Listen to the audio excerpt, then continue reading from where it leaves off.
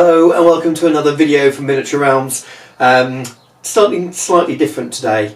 I've picked up a couple of Battlemats from Geek Villan. I really wanted something that was the softer fleece style rather than neoprene style, which I've got lots and lots of, but I wanted something that was different so I could put terrain underneath, specifically aimed at a lot of the historical gaming that I've picked up at the moment. So let's take a closer look. So forgive the horrible white background of the table for a short few moments and I unpack it. The one you saw in the little intro there, I'd had out overnight, but we'll start with this one. So this is a 6x4 Summerfield, and this is going to be my sort of generic grassy coloured mat. So you get a nice Ziploc bag, and the mats essentially come like this folded. And hopefully what we'll see is how quickly they look pretty good folded out. Anyway, I'll remove this horrible camera angle and I'll get it set up on the table. So here we are with the table set up without the mat on. I just wanted to sort of show you what was underneath in a bit more kind of detail and give you an idea. I've used blue foam here. The Geek Villan tutorials on their own YouTube channel show t-shirts and things. I think there's lots of ways of doing it. You've got a little bit of extra space around the edge of these mats, so they're advertised as 6x4, but they have a good couple, good inch or extra all the way round, so that when you place things underneath it, it still overhangs the table, which is fantastic. So I'm going to stick with blue foam. I think it's a little bit firmer, especially if you lean on something, you might not be knocking models around so much. But so what I'll do now is I'll go and put the summer grass mat over the top, and well, you can watch me do it. I might speed it up a little bit.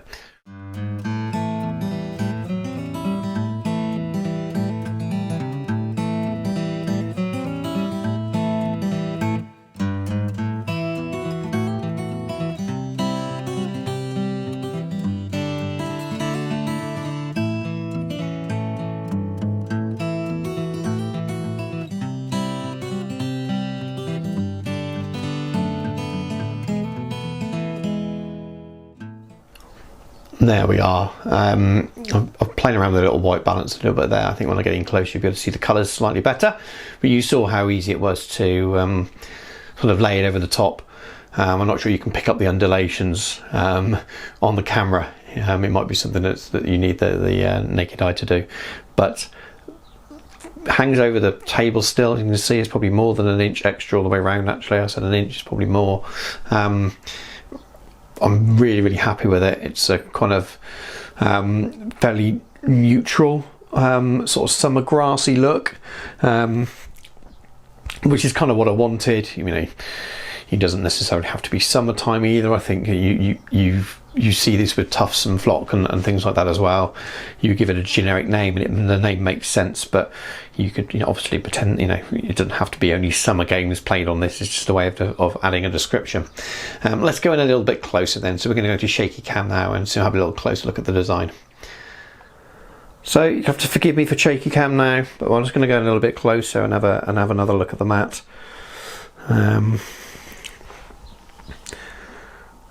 So again, I've played around with the white balance a little bit to try and make sure that the camera's picking up the colour as close as enough to what I'm seeing with the eye. The resolution looks pretty good. It does the effect really of giving a kind of multi-toned grass area. There are little parts like this where you've got a little bit of stone or rock, but they're very limited because we want to look like it's mostly grass. And this will do the job. Add a few fields and things like that. This will be a kind of my generic grassy gaming playing area for American Civil War, for Napoleonics in the future, pretty much for any period you play, including fantasy as well. It would work for, and I'm really happy with it. The only visible crease is the big central one, and even that's pretty modern. It wouldn't put me off in a game at all, and that's with it being in the packet. So the first time I took it out the packet was when I was filming myself doing it, so if I left that out to hang or settle overnight, I'm sure the creases would drop out even more. And of course I can iron it. I can turn it over and go in and iron a crease out if I wanted to. So all in all, really happy. Let me just flick the corner over and you can see that it's nice edged all the way around, but it's not going to fray, and you may be able to see on the camera the fleecy material. Feels really nice. Very, very impressed, and my sort of first experience of non-neoprene soft mats. I've had horrible PVC things before, which are shiny and you can't photograph, and the light shines off them anyway. But this is really cool.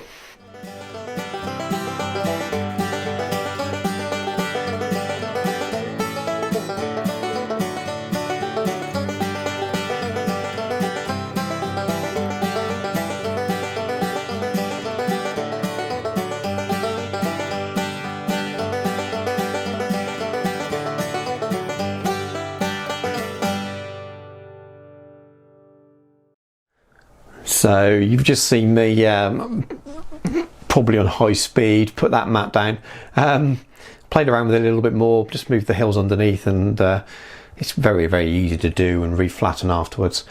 Again, I'm not sure if the camera's picking up, but the only kind of visible crease is the one right down the centre of the mat, which seems to be the strongest fold before it's folded up and put in the bag. But you know, I fully expect there to be a crease down every fold. In fact, I can't find the other creases, and when I tried to put away the grass mat, I couldn't work out how to get it back in the bag the same way as it was before, because as typical, typically I didn't check the way when I unfolded it. So I think that's just another sort of glowing thing for them, is that I was originally concerned that buying this kind of mat you'd end up with creases in it. That's why I've always bought neoprene. It sort of put me off this style, but I'm a bit of a convert really, and maybe even for smaller mats as well. So I'm going to be running a Middle Earth event shortly, and I think I'm going to be taking maybe 12, 18 mats to the club, and they're quite heavy. It'd be a lot easier to carry these lighter fleece mats, and if they go this flat, this easy,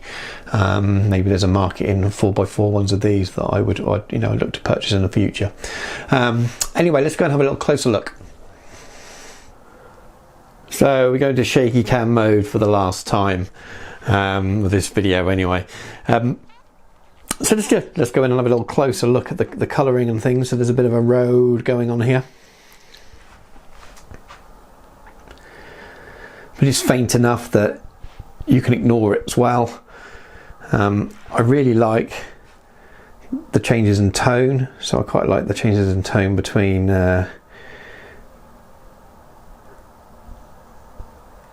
your sort of grassy areas and the dry. I mean, this is the El Alamein mat, which I'm not sure I mentioned there actually.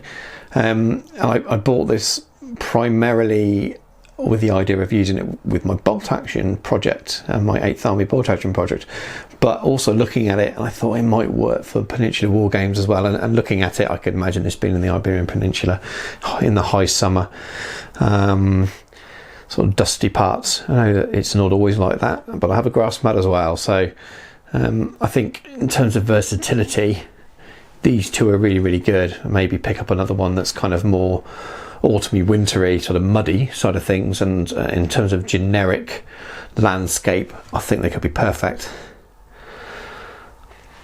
Now, this is my favourite probably, just because I think the quality of the artwork and things better. I can imagine I'll use the other one more, just because it'll be more versatile. But this was the one that really caught the eye. Just a little bit of imagination, and you put some different terrain on it, and suddenly it just looks like dry earth rather than sort of deserty patches. But there is actually, and I'll have to, I'll put a caption up on the screen because I can't remember the name. There are a couple of other desert type mats that I think it might have been aimed at that kind of North Africa campaign, but because it says El Alamein, I thought that was perfect. And I think the other one might have been out of stock. It might be called Desert Rat or something. But anyway, that'll be the end of the video. Hopefully, if you haven't seen the many other reviews of these, I think the first time I saw them was on Tabletop CP. If you haven't seen any of those, this is useful to you. If it's not useful to you, because you've seen a million, maybe you already own these, maybe I'm just telling you what you already know, but I would definitely recommend these mats if you haven't bought a fleece or a cloth mat before.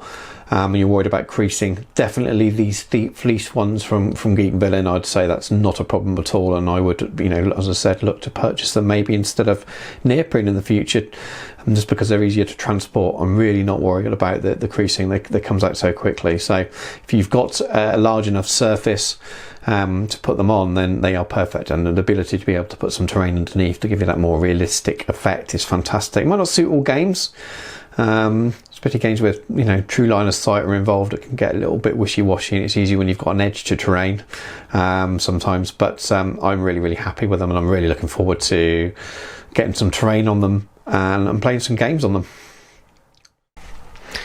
Anyway, thank you for watching the video. I don't get my face on camera too often, so hopefully that's not put too many of you off.